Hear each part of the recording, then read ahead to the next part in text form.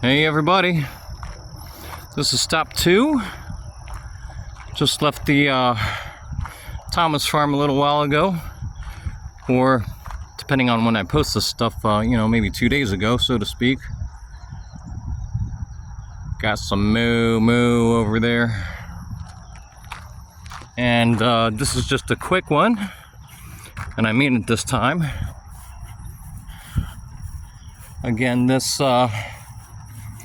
battlefield is just not dotted with statues and cannons and markers everywhere, but nonetheless it's a very important place, hallowed place, and pretty significant place in the Civil War. I did want to give you a cannon shot, so there you go. How about that? We got cannons over here at Monacacy. I was hoping somebody could tell me what this is. It apparently has a stem for taking in water, but I'm not too sure. This is a self-oiling working reed 8-inch stroke, patented. But it looks like there's some work that takes place right up here on the top. Perhaps the water turns the wheel, right? Maybe someone can tell me what this is. But I just wanted to show you a shot of the Worthington house and a little signage out here by it. So we left the Thomas house and farm on the last video, and as I mentioned, the Worthington across the way, see on the other side of the tree line, the Worthington house is where the Confederates were staging. And in the next video, I'll show you exactly the point on the Monacacy River where they crossed, because that's pretty neat. But here's the Worthington house. So back in that direction would be the Thomas house, and this was between these two houses, was one of the main points of the battle where the majority of the fighting occurred. Of course, there were pitched battles elsewhere around the area, the battlefield. By the railroad bridge is one, obviously, Monacacy Junction.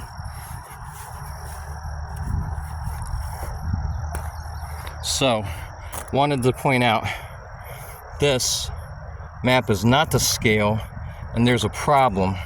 I believe the tree line is misrepresented. I could be wrong, but there's obviously a tree line between here and the Thomas farm, as I just showed you, because I showed you both vantage points. You cannot see the Thomas farm from up on this hill. You just can't see it. Now the trees may have been a little shorter, but that tree line was probably there, albeit with a little bit less undergrowth. And I forgot to mention John McCausland, so I think in the last videos or so.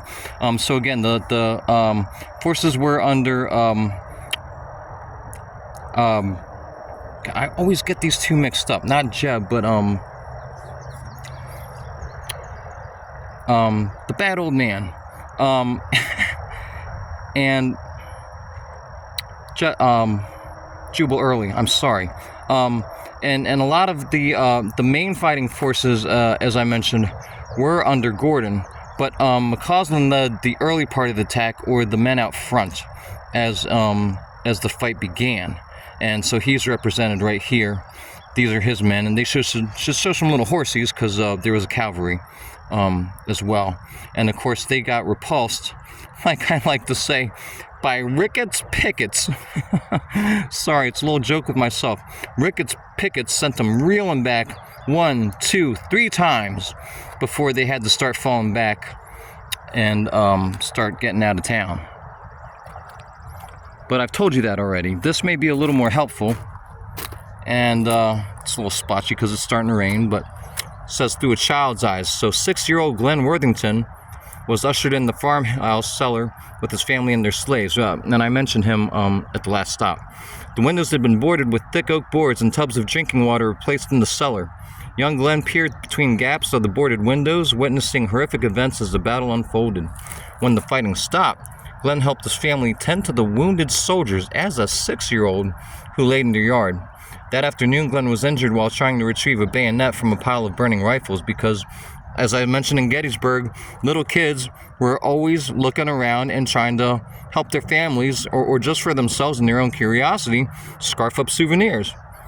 Coal from the fire ignited a cartridge which exploded in his face. Glenn was burned but fully recovered within a few weeks, and his family was really, really worried because it was really bad. They were worried that he may never see again. He became very successful after that. He graduated from Maryland Law School, 1887, and became a judge, as you can see here. And in 1932, as we mentioned in the last stop, he published the first account of the Battle of Monacacy, the first complete account, and helped persuade Congress to establish a national battlefield here in 1934.